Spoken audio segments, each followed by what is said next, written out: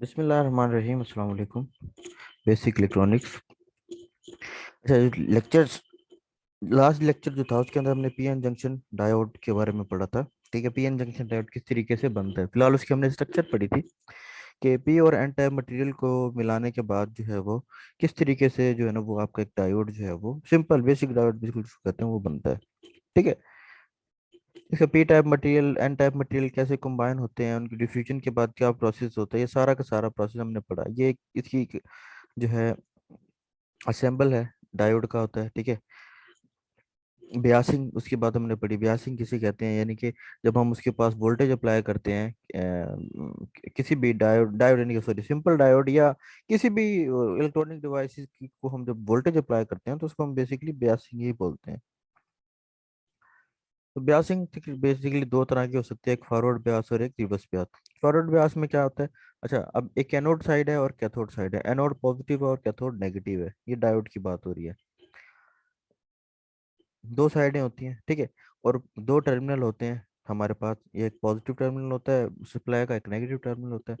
अगर positive terminal anode से मिले और नेगेटिव टर्मिनल कैथोड से मिला दिया जाए डायोड के, तो बेसिकली कहते हैं फॉरवर्ड ब्यास। और इस ब्यास के अंदर, इस कंडीशन के अंदर आपकी वर्किंग यानी कि करंट जो है वो पास होता है। हमने ये बात शुरू में पढ़ी थी कि आपका डायोड जो है वो सिर्फ यूनिडायरेक्शनल जो है वो करंट को फ्लो करवाता है, बोथ डायरेक्शन जो वो में जो है करंट फ्लो नहीं करवाता। दूसरा जो है वो है रिवर्स ब्यास। रिवर्स ब्यास के अंदर क्या होता है कि आपका जो डायोड है वो सिर्फ वो करंट को पास नहीं करवाता। ठीक है, आज हम सिर्फ फॉरवर्ड ब्यास को पढ़ लेते हैं कि फॉरवर्ड ब्यास के अंदर किस तरीके से करंट जो है वो फ्लो होता है।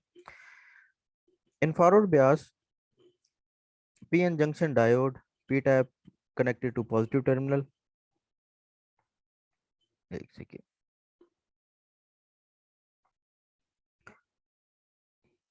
तो फॉरवर्ड ब्यास में क्या होगा कि in forward bias PN junction diode, P connected to positive terminal and N N type connected to negative terminal. ठीक है, ये चीज़ हमने पहले भी पढ़ी कि पी टाइप को हम पॉजिटिव टर्मिनल से कनेक्ट करते हैं बैटरी के, और इसमें अगर आप फिगर में देखें, ये आपका पी टाइप है, वो पॉजिटिव से कनेक्टेड होता है, और ये एन टाइप है, ये नेगेटिव से कनेक्टेड होता है। ठीक है,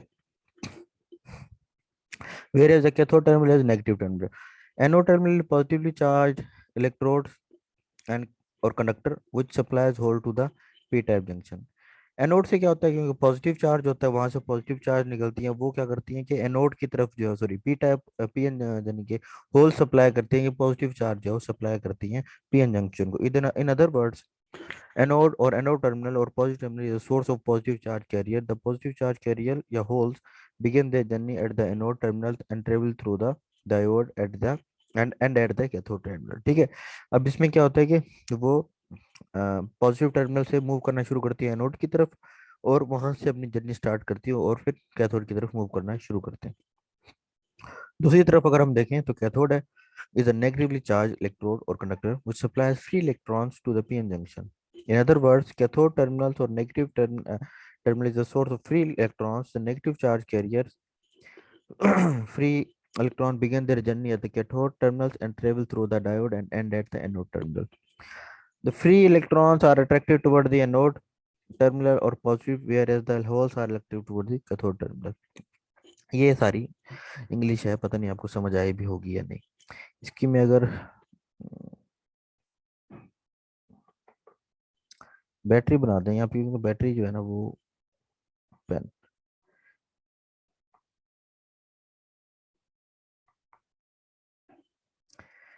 पॉजिटिव प्लेट होती है, उसकी जो है इंडिकेशन बड़ी लाइन से होती है, और नेगेटिव वाले की इंडिकेशन छोटी लाइन से होती है।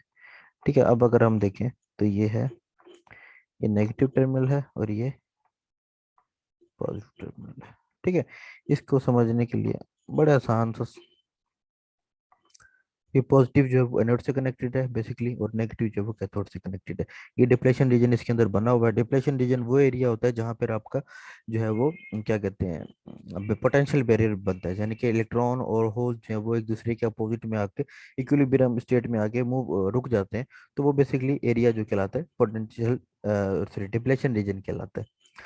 अब मैंने आपको एक और बात बताई थी कि जब जो सिलिकॉन का अगर आपका बना हुआ है आपका डायोड सिलिकॉन मटेरियल का, तो जो पोटेंशियल बैरियर होगा यानी कि जो डिप्लेशन रीजन है उसकी जो वैल्यू, उसके अंदर जो वोल्टेजेस बने हुए हैं जिसका नाम हमने पोटेंशियल बैरियर कहा था, उस बैरियर की जो वैल्यू है वो 0.7 वोल्ट है, और जर्मेनियम के केस में वो वैल्यू 0.3 वोल्ट है। अब इलेक्ट्रॉन जहाँ से पॉजिटिव आयन जाएंगे और यहाँ पे जब मूव करेंगे, तो यहाँ पे अगर आप देखें, यहाँ तो पे सारे के सारे होल्स हैं, यानी कि पॉजिटिव चार्ज है।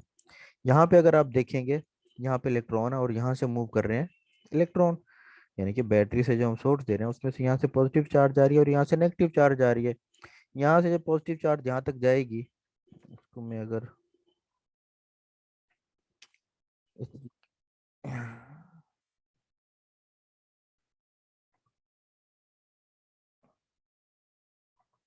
यानी कि ये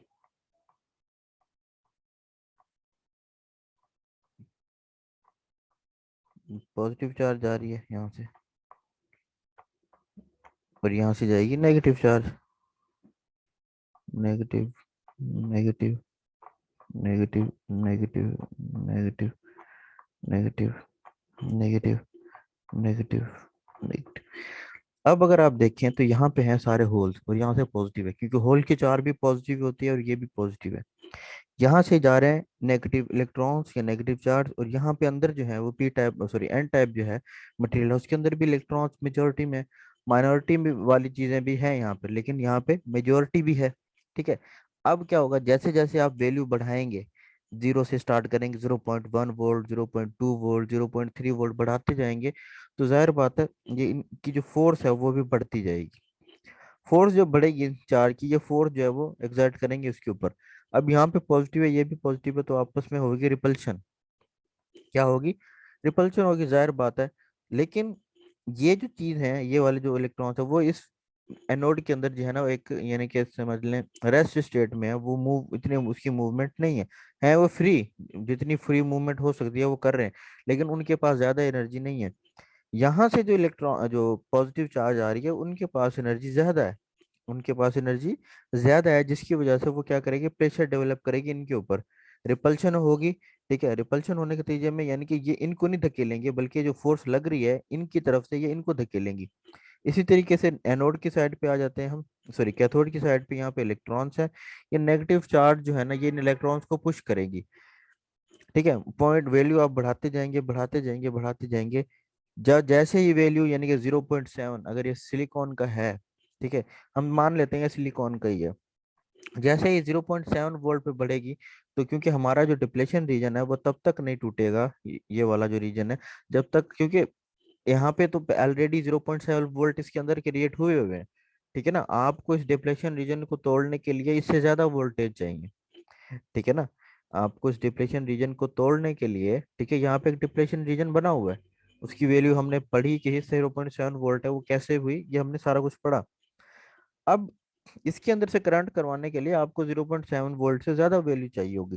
तो जैसे ही आपकी जो सोर्स वोल्टेज है 0.7 वोल्ट से ज्यादा होंगे, ये जो फोर्स है यानी कि जो यहाँ पे एनर्जी या इनकी फोर्स थी जिसकी वजह से ये पोटेंशियल बैरियर बना हुआ था, आपका डिप्लेशन रीजन बना हुआ था, वो बैरियर टूट जाएगा। ठीक है, और इलेक्ट्रॉन जो है वो मूव करना शुरू कर देंगे। कहाँ पे? आपके इलेक्ट्रॉन जो है वो इस तरीके से मूव करना शुरू कर देंगे, यानी कि एनोड टू, अगर कैथोड टू एनोड, और आपका करंट जो है वो इस डायरेक्शन में फ्लो होगा। ठीक है, लेकिन ये होगा कब? ये होगा तब जब आपकी जो वैल्यूज हैं, सोर्स वोल्टेज हैं, 0.7 वोल्ट से ज्यादा होंगे। 0.7 वोल्ट जैसे ही क्रॉस करेंगे आपके सोर्स वोल्टेज, आपका डिप्लेशन रीजन है वो टूट जाएगा। क्यों टूटेगा? क्योंकि इलेक्ट्रॉन यहाँ से पुश हो रहे हैं और होल्स यहाँ से पुश हो रहे हैं, तो ये आपकी डिप्लेशन रीजन है, इसकी जो विड्थ है वो कम होती जा रही है। ठीक है ना, एक लिमिट में इसकी विड्थ है, वैसे भी इसकी जो लिमिट होती है वो माइक्रोमीटर्स के अंदर होती है, माइक्रोमीटर्स के अंदर होती है। ठीक है, अंदाजा लगाएं कितनी छोटी है। लेकिन फिर अगर आप एक और एक्सटर्नल फोर्स इसके ऊपर अप्लाई कर देते हैं, जो कि हमने सोर्स की फॉर्म में, वोल्टेज की फॉर्म में अप्लाई की, वो क्या करती है कि और मजीद प्रेशर डेवलप करती है। ये वैल्यूज जो है वो, ये क्यों नहीं टूटती डिप्लेशन रीजन 0.1 वोल्ट पे? क्योंकि इसके पास इस यानी कि यहाँ पे जो है ना डिप्लेशन रीजन नहीं है, ये तो फोर्स एग्जर्ट कर सकते हैं, लेकिन यहाँ पे तो एक ऑलरेडी इलेक्ट्रिक फील्ड क्रिएट हुई हुई है जो कि 0.7 वोल्ट की है। तो इस इलेक्ट्रिक फील्ड को खत्म करने के लिए आपको वोल्टेजेस जो है वो 0.7 वोल्ट से ज्यादा चाहिए। ठीक है, तो आप जैसे ही वोल्टेज की वैल्यू बढ़ाते जाएंगे, बढ़ाते जाएंगे, 0.7 के बाद जैसे 0.8 वोल्ट आएगा, तो जाहिर बात है पोटेंशियल डिफरेंस जो है वो सोर्स वोल्टेज का ज्यादा हो जाएगा, यानी कि यहाँ पे अब जो पोटेंशियल डिफरेंस जो है वो 0.1 वोल्ट का हो जाएगा। ठीक है, 0.8 वोल्ट होगा ना, तो जैसे ही, तो वो जो है वो यहाँ पे 0.7 वोल्ट है, यानी कि 0.1 वोल्ट ज्यादा हो गए, तो डिप्लेशन रीजन टूट जाएगा इस फोर्स की वजह से। ये इलेक्ट्रॉन जो है वो यहाँ से प्रेशर डेवलप करेंगे, और ये जो है ना होल्स जो है वो यहाँ से डेवलप करेंगे। ठीक है ना, पहले ये चीजें, ये इलेक्ट्रॉन और होल्स, इनके पास इतनी एनर्जी नहीं थी। मैंने कहा था ना शुरू शुरू में, जो सिर्फ नजदीकी होल्स और इलेक्ट्रॉन्स होंगे सिर्फ वो डिप्लेशन रीजन बनाते हैं। ये वाले इलेक्ट्रॉन, होल्स और ये वाले इलेक्ट्रॉन क्यों नहीं पास करते, क्योंकि इनके पास इतनी एनर्जी नहीं होती। अब क्योंकि पीछे से, यानी कि इस साइड से, नेगेटिव साइड से और यहाँ से पॉजिटिव साइड से, जब एनर्जी, यानी कि फोर्स इनके ऊपर जब पड़ेगी, तो वो जो है वो, यानी कि पुश होते जाएंगे toward the depletion region.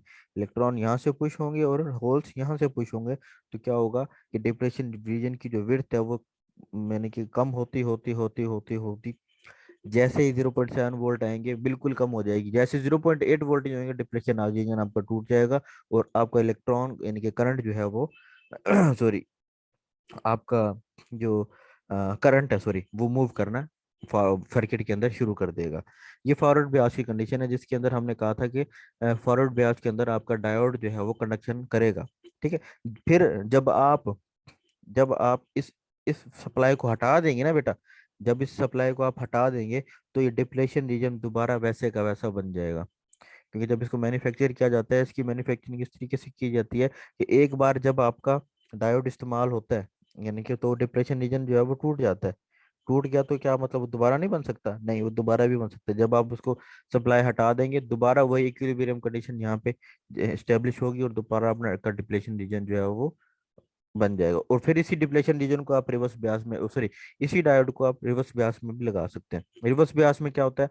The process by which a pn junction blocks the electric current in presence of applied voltage is called reverse bias। यानी कि इस कंडीशन में आपका जो इलेक्ट्रिक करंट है वो ब्लॉक हो जाता है, वो मूव नहीं करता। In reverse bias PN junction diode, the positive terminal battery is connected to n type n type semiconductor material, and negative terminal battery is connected to p type semiconductor material.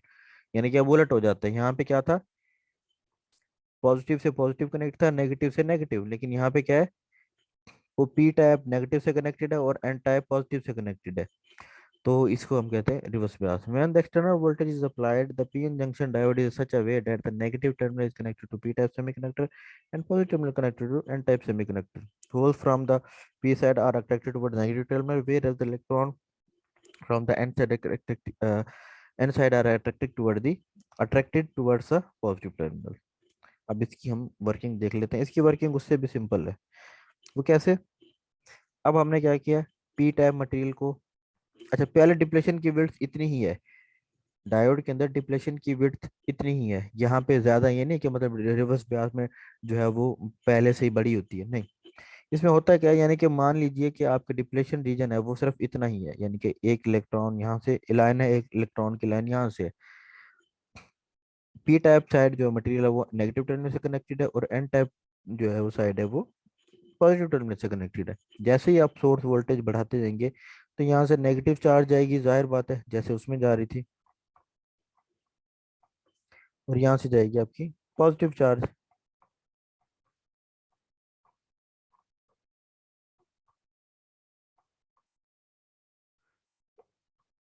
ठीक है, अब होगा क्या, जब यहाँ पे नेगेटिव चार्ज पहुंचेगी यहाँ तक, और यहाँ से पॉजिटिव चार्ज यहाँ पे पहुंच गई, मान लो फिलहाल यहाँ पे क्या है, होल्स है, यहाँ पे क्या है, इलेक्ट्रॉन्स है। ये होल्स पॉजिटिव चार्ज वाले होते हैं, इलेक्ट्रॉन्स नेगेटिव चार्ज के साथ होते हैं। तो यहाँ नेगेटिव है और ये पॉजिटिव है, क्या अट्रैक्शन होगी? होल्स जो है वो इस तरफ खींचे हुए आएंगे।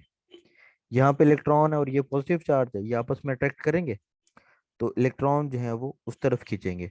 तो जो बीच में जो डिप्लेशन रीजन की जो विड्थ थी ना, ये अट्रैक्शन की वजह से क्या होती जाएगी, बढ़ती जाएगी। अट्रैक्शन की वजह से बढ़ती जाएगी। आप देखें, वायर डिप्लेशन रीजन, यानी कि जो वायर डिप्लेशन रीजन हुआ है, ये ड्यू टू दिस पॉजिटिव, ये दिस सोर्स सप्लाई। यानी कि जब आपको रिवर्स ब्यास में इसको लगा देंगे आप, यानी कि पोलैरिटी इसकी अपोजिट कर देंगे सप्लाई वोल्टेज की विथ रिस्पेक्ट टू आपका एनोड, सॉरी, डायोड, तो क्या होगा, जो डिप्लेशन रीजन की विड्थ है इंटरनली वो क्या कर देगी, क्या होगी, बढ़ती जाएगी। अब करंट पास करवाने के लिए आपको डिप्लेशन रीजन को तोड़ना पड़ता है, जो कि हमने फॉरवर्ड ब्यास में पढ़ा। ठीक है ना, उसकी विड्थ जो है वो कम करनी पड़ती है।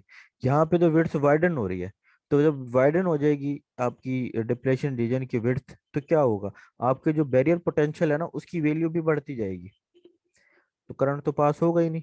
करंट पैसे पास हो, करंट तो तब पास होगा ना जब इलेक्ट्रॉन जो है वो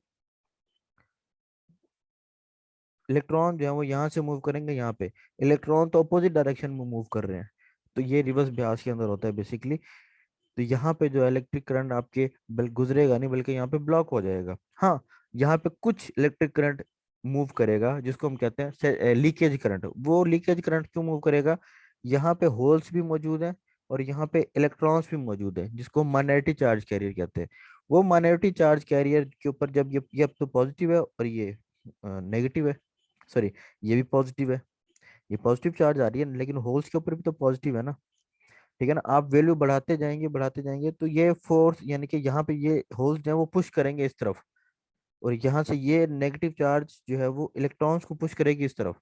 तो कुछ होल्स और कुछ इलेक्ट्रॉन जो है ना वो इस डिप्रेशन रीजन को भी क्रॉस कर जाएंगे ड्यू टू दिस सप्लाई, और ड्यू टू जो है ना आपकी माइनॉरिटी चार्ज कैरियर जो है वो मूव की वजह से जो इलेक्ट्रिक करंट होगा, क्योंकि माइनॉरिटी चार्ज कैरियर की वजह से तो ये जो पोलैरिटी है, सॉरी ये जो हमने बैटरी की सोर्स लगाई हुई है, ये तो एज अ यूं समझ ले माइनॉरिटी चार्ज के लिए तो वो फॉरवर्ड ब्यास है ना। तो लेकिन उसके नतीजे में करंट जो प्रोड्यूस हो रहा है उसको हम लीकेज करंट कहते हैं, उसकी वैल्यू बहुत ही कम होती है, माइक्रो में या मिली में होता, सॉरी नैनो में होती है। नैनो एम्पेयर होता है या माइक्रो एम्पेयर होता है, बहुत ही कम होती है, लेकिन निग्लिजिबल होती है। जो करंट एक्चुअली फॉरवर्ड ब्यास में मूव करता है उसके कंपेयर यहाँ पे ये जो लीकेज करंट प्रोड्यूस हो रहा है ये बहुत ही ना होने के बराबर, लेकिन होता है। क्योंकि हाँ, ये हम इस चीज से तो इनकार नहीं कर सकते ना, ये नेगेटिव नेगेटिव के ऊपर तो फोर्स लगाएगा ना, ये पॉजिटिव इस पॉजिटिव के ऊपर तो फोर्स लगाएंगे ना, तो इनकी वजह से जो थोड़ा बहुत करंट होता है उसको हम कहते हैं बेसिकली लीकेज करंट। ठीक है ना। तो फिर ये जो करंट प्रोड्यूस होता है ये बहुत, इसकी वैल्यू बहुत कम होती है।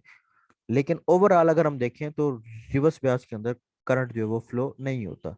फॉरवर्ड ब्यास के अंदर करंट फ्लो होता है, रिवर्स ब्यास के अंदर नहीं होता। ये दो टाइप की ब्यासिंग होती हैं जो कि आपके डायोड के अंदर हमने की जाती हैं। ठीक है, इसका प्रैक्टिकल भी जो है ना वो करके जो है ना हम करेंगे जब इंशाल्लाह क्लासेस ओपन होंगी, तो आपको जो है ना अच्छे से समझ आ जाएगी ये किस तरीके से आपका डायोड के अंदर जो है ना करंट जो है वो अ, जो है ना फ्लो करता है, फॉर एक डायरेक्शन में फ्लो करता है, दूसरी डायरेक्शन में फ्लो नहीं कर पाता। तो ये बेसिकली ये दो कंडीशन है, फॉरवर्ड ब्यास और रिवर्स ब्यास। ठीक है, इसको पढ़ लीजिएगा। वैसे ये इसकी वर्किंग इतनी है, डिटेल में आप नेट वगैरह से पढ़ लें तो जितनी डिटेल में चले जाएं। ठीक है, यही इसकी वर्किंग है, इतनी होती है, अपने तौर पे आप इसको पढ़ सकते हैं। बाकी इसके से रिलेटेड अगर कोई सवाल हो तो वो मुझे आप व्हाट्सएप कर दीजिएगा, और इसका एक हम फिर जूम का जो है वो सेशन जो है वो भी रख लेंगे। ठीक है, तो इसको पढ़ें, अगर कोई इसमें चीज़ समझ नहीं आती तो आप मुझसे पूछें। इंशाल्लाह अगले लेक्चर में जो है अगले टॉपिक के साथ मिलेंगे, तब तक के लिए अल्लाह हाफिज़।